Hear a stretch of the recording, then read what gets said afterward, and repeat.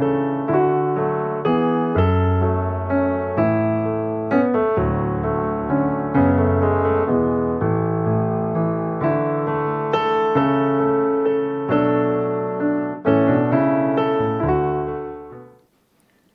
invito a abrir otro salmo. Empezamos la reunión de esta mañana con un salmo y terminamos la reunión de esta mañana con otro salmo. Y es el salmo número 2. Son salmos cortos. El primero es un tema sobre la ley y el segundo sobre los profetas o la profecía, la ley y los profetas. Dice el Salmo 2, vamos a leerlo, aunque solamente consideraremos hasta el versículo 6. Hay una pregunta aquí del salmista. ¿Por qué se amotinan las gentes? Perdón, ¿se puede poner? Está. Miren esos dos dibujos y lean lo que dice. ¿Por qué se amotinan las gentes y los pueblos piensan cosas vanas? Se levantarán los reyes de la tierra y príncipes consultarán unidos contra Jehová y contra su ungido, diciendo: rompamos sus ligaduras y echemos de nosotros sus cuerdas. El que mora en los cielos se reirá, el Señor se burlará de ellos. Luego hablará a ellos en su furor y los turbará con su ira. Pero yo he puesto mi rey sobre Sión, mi santo monte. Yo publicaré el decreto. Jehová me ha dicho: mi hijo eres tú, yo te engendré hoy. Pídeme y te daré por herencia las naciones, y como posesión tuya los confines de la tierra. Los quebrantarás con vara de hierro, como vasija de alfarero los desmenuzarás. Ahora pues, oh reyes, sed prudentes, admitid amonestación, jueces de la tierra. Servid al Señor con temor y alegraos con temblor. Honrad al Hijo para que no se enoje y perezcáis en el camino, pues se inflama de pronto su ira. Las naciones se airan contra Dios. Vamos ahora a pasar a Apocalipsis capítulo 19. Apocalipsis capítulo 19. Y vamos a leer los versículos empezando en el 17. Dice el apóstol Juan, que es el autor humano, desde la isla de Patmos, donde tuvo esta revelación, y escribe: y vi a un ángel que estaba en pie en el sol y clamó a gran voz, diciendo a todas las aves que vuelan en medio del cielo: venid y congregaos a la gran cena de Dios, para que comáis carnes de reyes y de capitanes, y carnes de fuertes, carnes de caballos y de jinetes, y carnes de todos, libres y esclavos, pequeños y grandes. Y vi a la bestia. Es la primera bestia que sube del mar, capítulo 13 de este libro. El anticristo, el inicuo, el hijo de perdición. Vi a la bestia, a los reyes de la tierra y a sus ejércitos reunidos para guerrear contra el que montaba el caballo y contra su ejército. El caballo blanco se refiere, y el que montaba el jinete es el Señor Jesucristo, y la iglesia que viene con él, y los ejércitos de ángeles que le acompañan en su segunda venida. Y la bestia fue apresada, dice el versículo 20, y con ella el falso profeta que había hecho delante de ella las señales con las cuales había engañado a los que recibieron la marca de la bestia y habían adorado su imagen. Estos dos fueron lanzados vivos dentro de un lago de fuego que arde con azufre. Vamos a dejarlo hasta aquí. La lectura. Hermanas y hermanos, este salmo, volviendo al Salmo 2, este salmo es el primero de los salmos mesiánicos. Es una profecía totalmente lo que hemos leído, aunque tuvo parte del cumplimiento porque lo citaron el apóstol Pedro en aquellos días de Pentecostés, primeros días de la Iglesia, y Pablo también, el apóstol, lo cita en Antioquía. Y dice que así que comienza con una interrogación airada de Dios.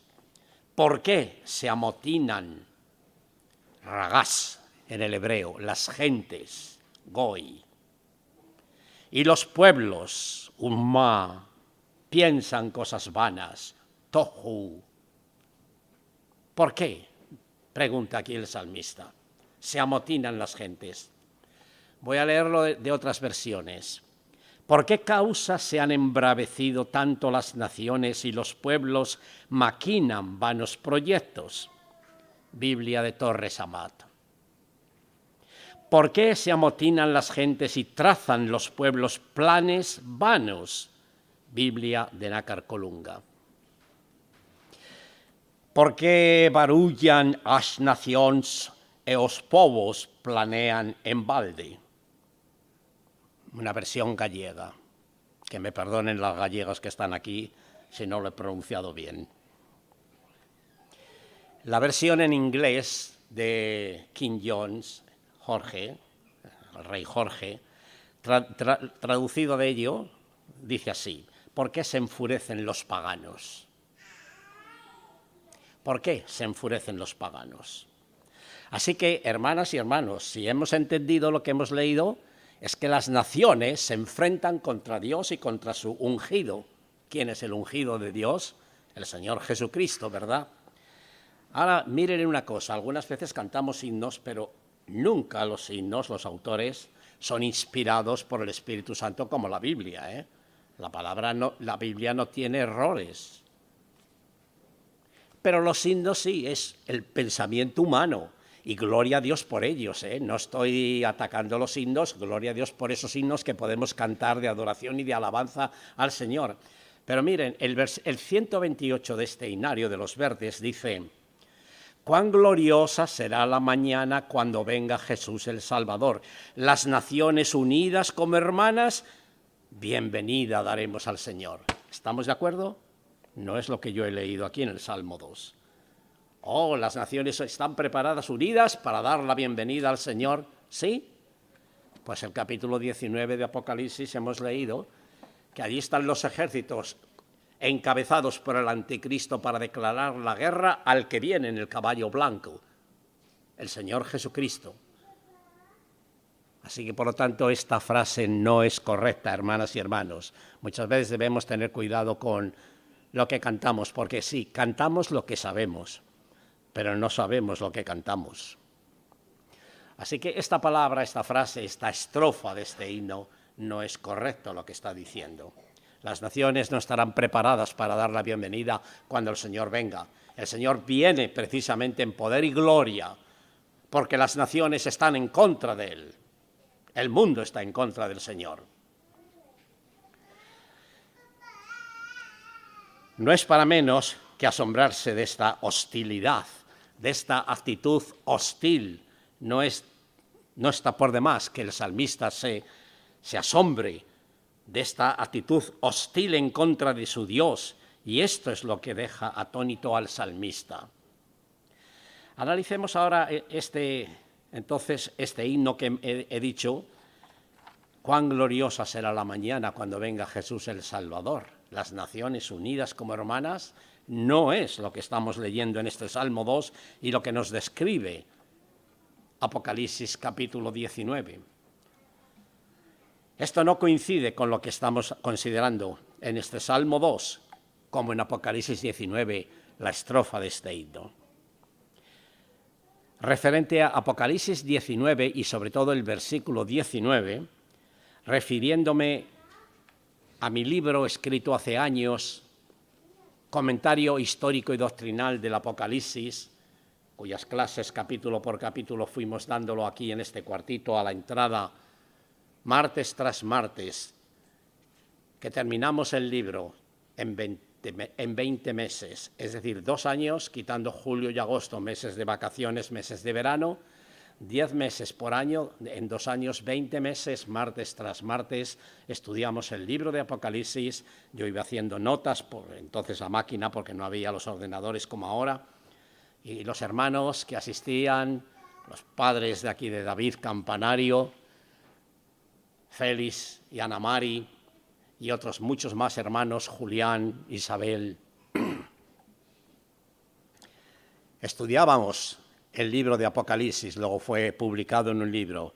Pues leo lo siguiente de ese libro mío, publicado por la editorial Klee. En este versículo, refiriéndome a Apocalipsis 19:19, podemos ver dos frentes: la bestia, los reyes de la tierra y a sus ejércitos reunidos para guerrear. Y del otro lado, el que montaba el caballo blanco, es decir, Jesús, versículo 11 de ese capítulo 19 de Apocalipsis, y contra estos ejércitos, los ejércitos celestiales, contra estos ejércitos de la tierra enfrentados, cuyo capitán era el anticristo. Aunque es de suponer que los ejércitos de la bestia y de los reyes utilicen proyectiles y las armas más sofisticadas creadas por el hombre, se nota que este final de la gran tribulación será muy corto, pues el Señor los derrotará muy pronto con el espíritu de su boca y con el resplandor, es decir, epifanía, de su venida. El Señor acabará con toda la oposición que se levantará en los últimos días contra él y contra su pueblo. El versículo 20 de Apocalipsis 19, me estoy refiriendo, dice que la bestia, el anticristo, fue apresada y con ella el falso profeta. Estos dos dice que fueron lanzados vivos dentro de un lago que arde con fuego y azufre.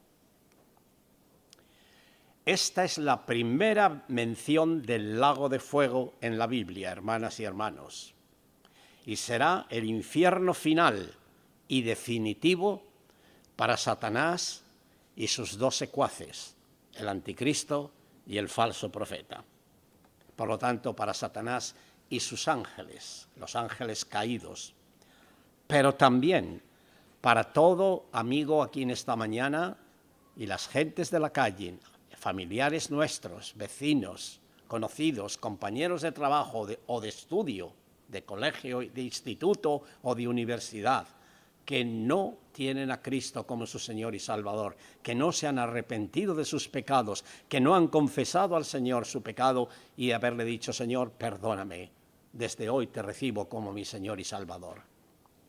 Todos estos, su destino es el lugar del diablo y sus ángeles, el infierno infinito donde para siempre no habrá fin y serán atormentados día y noche por los siglos de los siglos. Aión.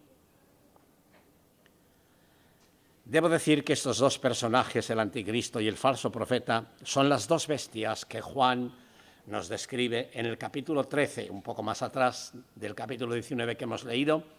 Y la primera bestia la ve subir del mar. La segunda bestia surge de la tierra con dos cuernos como de un cordero. No dice que tiene cuernos de cordero, sino como de un cordero, imitando, pero no es la realidad así, porque su habla es la voz del dragón, y el dragón es la figura de Satanás aquí en el Apocalipsis. El líder humano, el anticristo, será en sus días el imperio más grande habido en la historia humana, pero nos dice que son apresados, que son inmovilizados antes de que el Señor Jesús ponga pie en tierra, aún apareciendo desde los cielos. El anticristo y el falso profeta son lanzados al lago de fuego por la palabra de su poder. Inmovilizados con el espíritu de su boca y el resplandor de su venida. La palabra apresados que leemos aquí en el griego original es epiasgen y significa prender, tomarles por la fuerza, como un policía cuando prende a un criminal y lo lleva por la fuerza a comisaría. Bien, hermanas y hermanos, volvemos otra vez aquí ahora al Salmo 2. Tenemos en los 3 primeros versículos de este Salmo una descripción del odio de la naturaleza humana en contra de Dios y contra su ungido, el Cristo. Como dije antes, fue citado por los apóstoles Pedro y Pablo este versículo. ¿Por qué se amotinan las gentes y los pueblos piensan cosas vanas? Al orar a Dios, citaron este salmo refiriéndose a la muerte de Jesús. En el capítulo 4 del libro de los Hechos de los Apóstoles lo podemos ver. Vamos a leer los versículos 24 al 27, aunque ya lo conozcamos. Hechos capítulo 4, comenzando en el versículo 24. Ellos habiéndolo oído, alzaron unánimes la voz a Dios y dijeron: Soberano Señor, tú eres el Dios que hiciste el cielo y la tierra, el mar y todo lo que en ellos hay.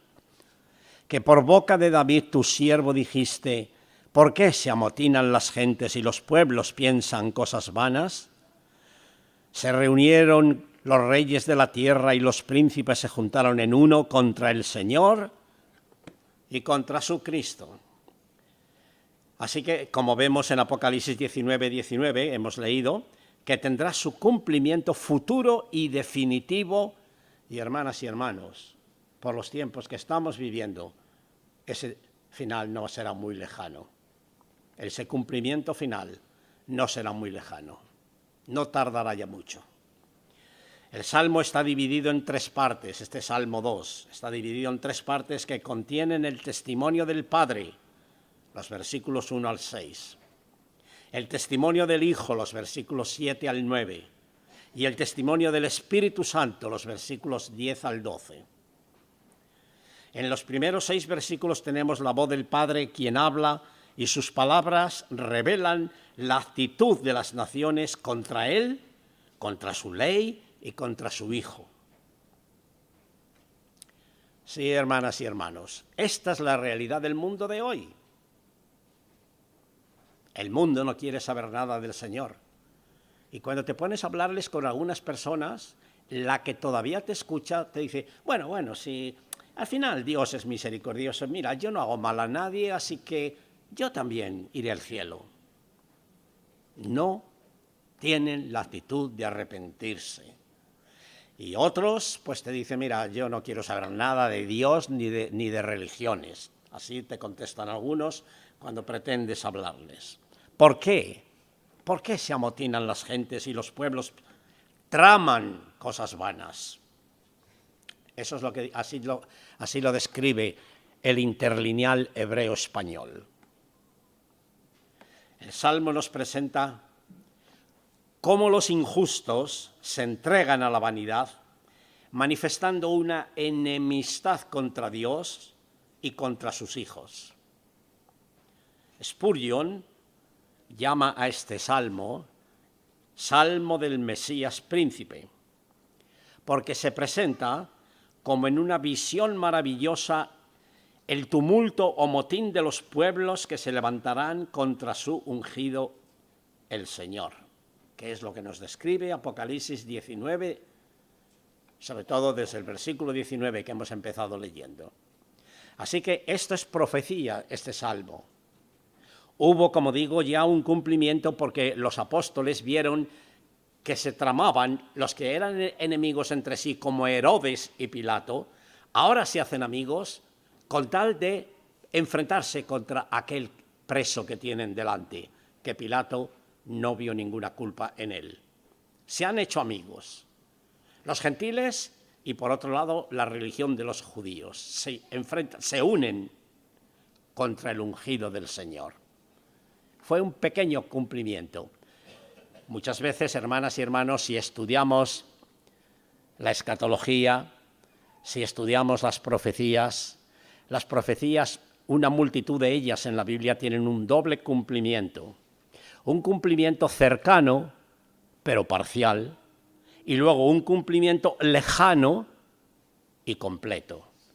Y esto es lo que, de este salmo que estamos leyendo, fue un cumplimiento, digamos, parcial, cercano, cuando Pedro están orando los apóstoles en lo que hemos leído en el capítulo 4 de los Hechos. Eran pocos años los que habían pasado. Desde que David escribe este salmo, Se enfrentaron las naciones contra tu ungido, les están diciendo en oración al Padre. Pero el cumplimiento lejano y definitivo será cuando el Señor Jesús va a aparecer desde el cielo con aquellos ejércitos. Y estos personajes, las dos bestias, el anticristo y el falso profeta, serán lanzados al lago de fuego. Cumplimiento lejano y definitivo. El versículo 2 nos dice, aquí hemos leído, se levantarán los reyes de la tierra y príncipes consultarán unidos contra Jehová y contra su ungido, diciendo, rompamos sus ligaduras. Y estas son, se sienten ellos como atados, rompamos sus ligaduras, echemos de nosotros sus cuerdas. Tratar de romper las ligaduras de Dios y encadenarse más y más en el pecado es lo que están haciendo. No queremos que éste reine sobre nosotros. Jesús cuenta esa parábola refiriéndose a él mismo. No queremos que éste reine sobre nosotros. Cuando aquel rey que envía a aquellos siervos. ¿Y qué es lo que dicen cuando ven venir aquellos siervos? Y el Hijo, sobre todo aquel que era el Hijo. No queremos que éste reine sobre nosotros. Eso es lo que hoy el mundo dice. Los políticos no quieren lo que diga la palabra de Dios. Pero están creando leyes inmorales, están aceptando con tal de recibir votos, están aceptando leyes inmorales que son en contra de la palabra de Dios. Y Dios va a juzgar todo esto. Todo quebrantamiento de la palabra de Dios, todo quebrantamiento de la ley de Dios tendrá consecuencias. Dios no puede ser burlado. Todo lo que el hombre sembrare, eso también segará.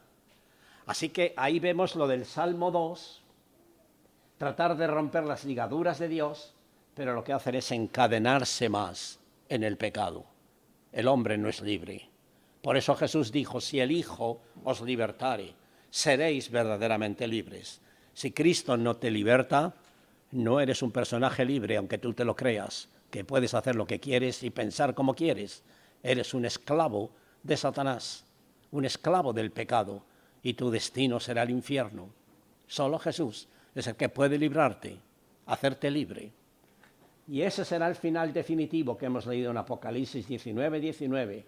Las naciones se arman contra Dios y contra su Cristo, y al frente del anticristo. No importa las armas que lleven, el Señor acabará con ese ejército en su aparición en los cielos. Con malicia decidida se organizan en oposición contra Dios y contra su Mesías.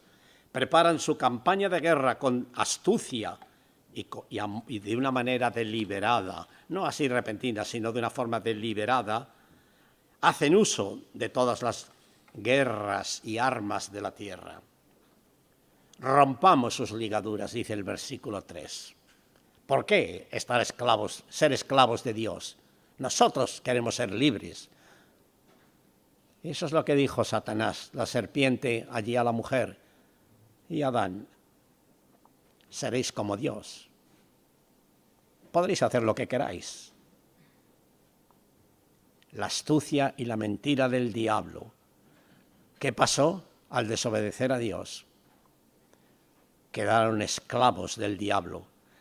¿Sabéis, hermanas y hermanos, lo que dice el apóstol Pablo escribiendo en la segunda carta a Timoteo? Debemos orar y predicar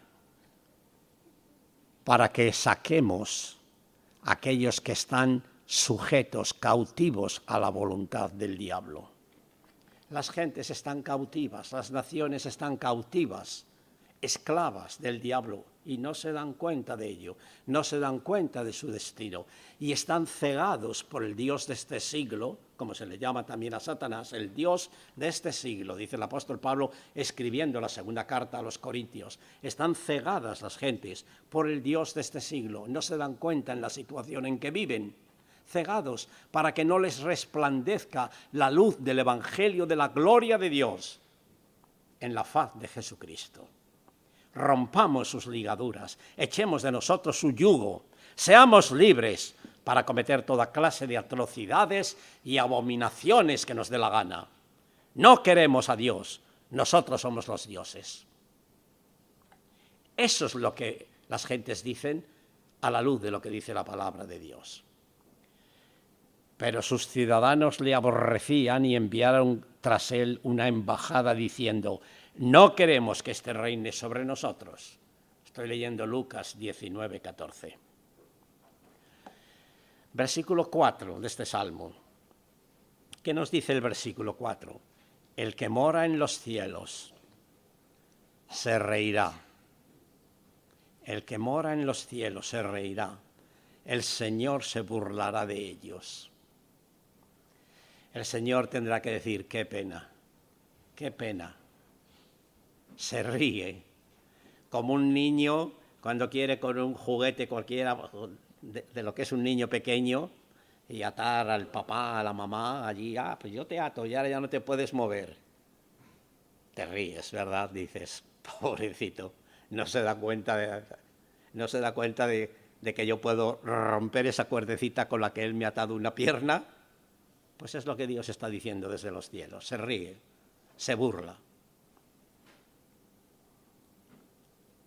Y qué terrible ha de ser su ceño cuando su sonrisa, la sonrisa de Dios, es tan severa. Malo cuando el Señor se tenga que reír de nosotros. Malo. Después el versículo 5 dice: luego hablará a ellos en su furor y los turbará con su ira. Los turbará con su ira. Los desvanece. Eso es lo que acontecerá en el capítulo 19 de Apocalipsis que hemos leído, cuando el Señor, los cielos se abren. Juan ve el cielo abierto. Eso es la revelación. Eso es el Apocalipsis. Y ve al que desciende en un caballo blanco, cuyo nombre es el Verbo de Dios. Después de reírse Dios, ahora les habla en su furor y los turba con su ira. Nada más aparecer el Señor, se desvanecerán esos ejércitos. Y los capitanes, el anticristo, la primera bestia, y el falso profeta, la segunda bestia, son lanzados vivos al lago de fuego. Y si los capitanes son de los primeros en ser lanzados al lago de fuego, ¿qué hacen los demás? Los soldados se desgregan, cada uno por un lado, ya no pueden hacer nada. Ah, sí, pero les espera lo que hemos leído, que un ángel dice: águilas, aves de rapiña, venid para acá, que vais a tener un gran banquete de caballos y de jinetes.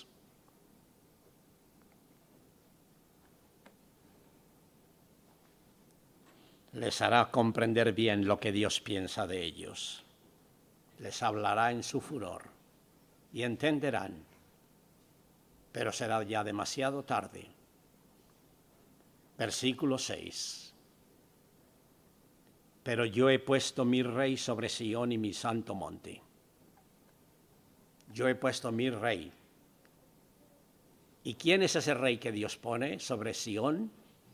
El Señor Jesús, su Hijo, el Hijo de Dios, que será en esos momentos el Rey de reyes, de todos los reyes que haya en la tierra, y el Señor de señores, es decir, el Señor que tiene autoridad sobre todos los que tengan autoridad en la tierra en esos momentos. Rey de reyes y Señor de señores. A pesar de su malicia, las naciones, a pesar de sus algaradas, podríamos decir, a pesar de sus consejos en privado, a pesar de su astucia, Dios va a hacer lo que sus enemigos intentan impedir. ¿Habrá algo imposible para Dios? Dios va a hacer lo que todas estas naciones, los enemigos de Dios, tratarán de impedir. Dios lo va a hacer. Dios pondrá a su Hijo como rey en Sión por encima de todos los reyes de la tierra. ¿Qué son todos los poderosos y grandes y honrados de la tierra al lado del Rey Cristo Jesús? ¿Qué son todos estos? Nada, nada. No son más que burbujas de agua, así lo llama Spurgeon, burbujas de agua. He aquí que las naciones le son como la gota de agua que cae del cubo y como menudo polvo en las balanzas son estimados. Así lo llama Spurgeon, basándose en el profeta Isaías, capítulo 40, lo que Isaías nos describe. Los hombres en su locura creyeron cosas vanas. Su oposición hacia Dios no es nada más que cosas vanas. Se imaginan que rompiendo las ligaduras de su ley y echando de sí mismos las cuerdas de su amor, podrían gozar de libertad. Pero lo que han logrado es echarse encima los grilletes del gobierno del diablo y de la desesperanza que hay ahora mismo en las gentes, en los corazones de las gentes, tan vacíos. No hay esperanza alguna en ellos.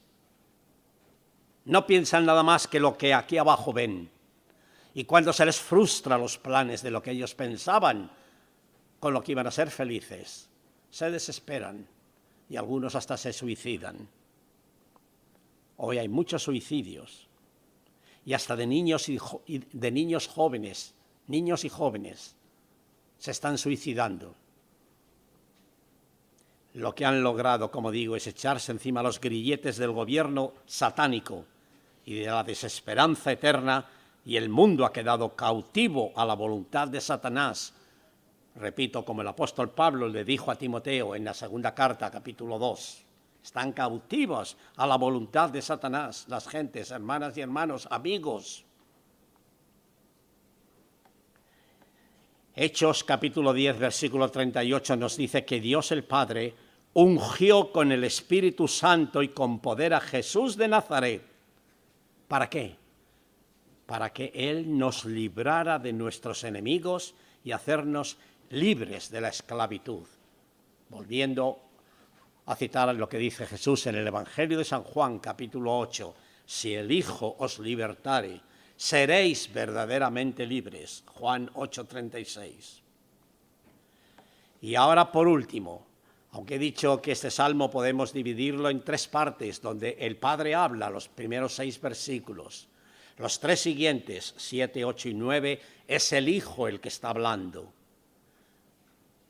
Y el 10 y el 11 y el 12, los 3 últimos, es el Espíritu Santo el que está aconsejando a las gentes. Oh reyes, sed prudentes, admitid amonestación, jueces de la tierra. Admitid que lo que estáis pensando y diciendo y queréis tramar son cosas vanas y no os va a servir de nada. El Espíritu Santo está obrando. Servid al Señor con temor y alegraos con temblor. Honrad al Hijo, dice el versículo 12, para que no se enoje y perezcáis en el camino, pues se inflamará de pronto su ira. Son las palabras del Espíritu Santo, los 3 últimos versículos. Él está diciendo aquí, honrad al Hijo para que no se enoje y perezcáis en el camino, pues se inflama de pronto su ira. Bienaventurados todos los que en Él confían. Ahora, hermanas y hermanos, parémonos un momento en este último versículo, en el 12. Se nos exhorta a honrar al Hijo. ¿Y qué significa? Pues, hermanas y hermanos, amigos, significa dar nuestra acogida a Jesucristo y someternos a Él, porque este es el meollo, este es el núcleo del cristianismo. Someternos a Cristo, entregarnos a Él, y Él nos hará libres. Nos librará de ser esclavos del pecado, pero esclavos de Jesucristo es la mayor libertad que el ser humano puede tener. Pablo así se consideró.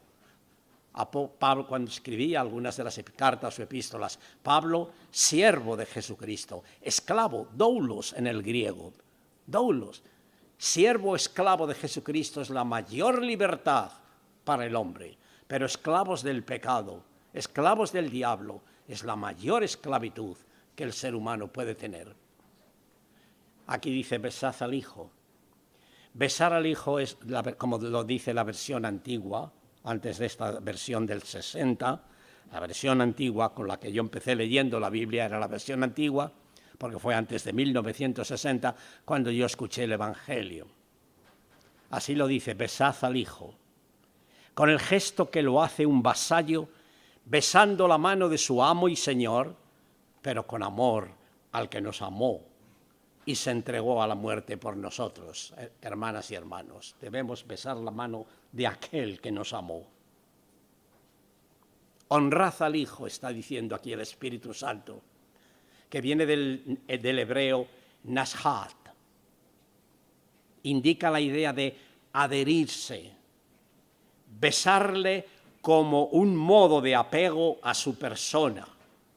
Es la palabra hebrea el sentido de lo que quiere decir honrad al Hijo. Leamos lo que dijo Jesús en Juan 5:23. Juan, capítulo 5, y el versículo 23.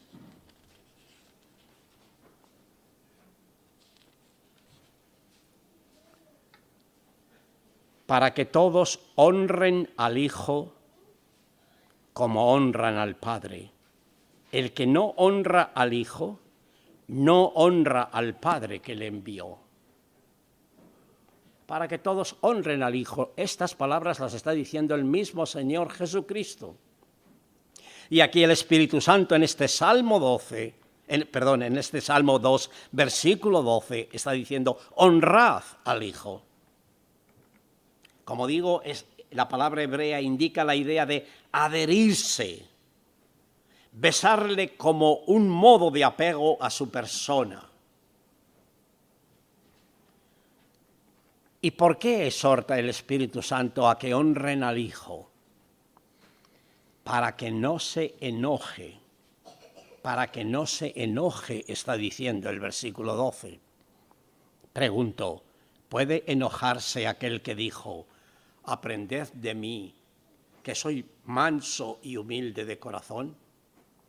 ¿Puede enojarse el que dijo estas palabras: aprended de mí, que soy manso y humilde de corazón? Pues sí, amigo, claro que Jesús un día se va a enojar. Y ay, cuando el Señor muestre ese enojo contra aquellos que le han rechazado y que no se han arrepentido. Claro que sí. Enojar en el hebreo es anaf.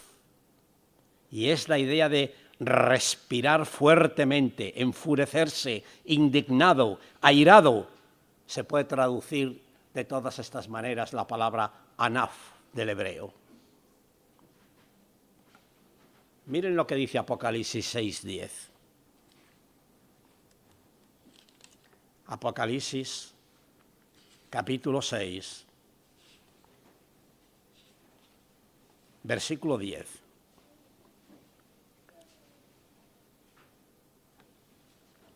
Y clamaban a gran voz diciendo: ¿hasta cuándo, Señor? No, perdón, he puesto mal la cita. El versículo 15. Y los reyes de la tierra y los grandes, los ricos y los capitanes, los poderosos, y todo siervo y todo libre, se escondieron en las cuevas y entre las peñas de los montes, y decían a los montes y a las peñas: caed sobre nosotros, taparnos, cubrirnos y escondernos del rostro de aquel que está sentado sobre el trono y de la ira del Cordero, porque el gran día de su ira ha llegado, y ¿quién podrá sostenerse en pie? Día de la ira del Cordero. Sí, amigos, el Señor que dijo aquí en la tierra: aprended de mí, que soy manso y humilde de corazón, se enojará y manifestará su ira, hasta el punto que los reyes de la tierra en aquellos momentos dirán a los montes: caer sobre nosotros. No queremos ver aquel que está sentado en el trono y de la ira del Cordero, porque el día de su ira ha venido. Estás viviendo, amigo, en el día de la gracia de Dios, que por gracia puedes ser salvo, por la fe en el Señor Jesucristo, no por tus buenas obras que pienses que van a valer ante los ojos de Dios. Si tú no te arrepientes, como dijo el Señor Jesús a algunos que le dijeron que había caído una torre sobre ellos y los mató, la torre de Siloé, y le llegan a preguntar algunos a Jesús que si fueron más pecadores que ellos. Y Jesús dijo, si no os arrepentéis, todos pereceréis igualmente. Todos pereceréis igualmente. Los más buenos irán al infierno. Y como he dicho yo algunas veces a algunas personas, y últimamente a una vecina con la que estoy hablando en Guadalís de la Sierra, una vecina del mismo edificio nuestro, digo, mire, el infierno está lleno de gente buena. Y sin embargo el cielo está lleno de pecadores, pero pecadores salvados y lavados por la sangre de Cristo. Así que si usted confía en que es una persona buena y eso le va a salvar, y eso le va delante de Dios, le va a decir, sí, guapa, entra dentro. Está muy equivocada, está muy equivocada. Hoy es el día de la gracia, hoy es el día de salvación. Dios puede perdonarte y salvarte ahora mismo si tú le pides perdón y le pides al Señor Jesús, gracias porque has muerto por mí, te acepto como mi Señor y Salvador. Sí, así que hermanas y hermanos y amigos, el Cordero, el Hijo de Dios, se enojará y manifestará un día su ira. Hay ruina segura para los que rechacen a Jesucristo y perecerán al enojarle. Por el contrario, hay y habrá felicidad para los que se someten a Él, dichosos los que en Él confían, dice este salmo. Hoy es el día de la gracia, queridos amigos, hoy es el día de salvación. Mañana, esta tarde, tal vez puede ser demasiado tarde ya. Hoy es el día de gracia, hoy es el día de salvación. Y la invitación está abierta a toda persona que decida arrepentirse de sus pecados y confiar en el Señor Jesucristo, aceptándole como aquel que ha pagado por ti en la cruz, por tus pecados. El único que puede abrirte las puertas del cielo, no tu religión, no tus buenas obras te abrirán las puertas del cielo. Solo Cristo es el camino, la verdad y la vida, y nadie va a venir al Padre si no es por medio de Jesús. Si no creéis en el Hijo de Dios, todos pereceréis igualmente, dijo Jesús a aquellas gentes que le preguntaron. ¿Eran más pecadores todos estos que murieron cayendo sobre ellos la torre de Siloé? Si no os arrepentís vosotros, todos pereceréis igualmente. Hermanas y hermanos y amigos, las naciones pueden hacer lo que quieran. Estamos en la dispensación de la gracia y Dios está permitiendo que los gobiernos creen leyes inmorales.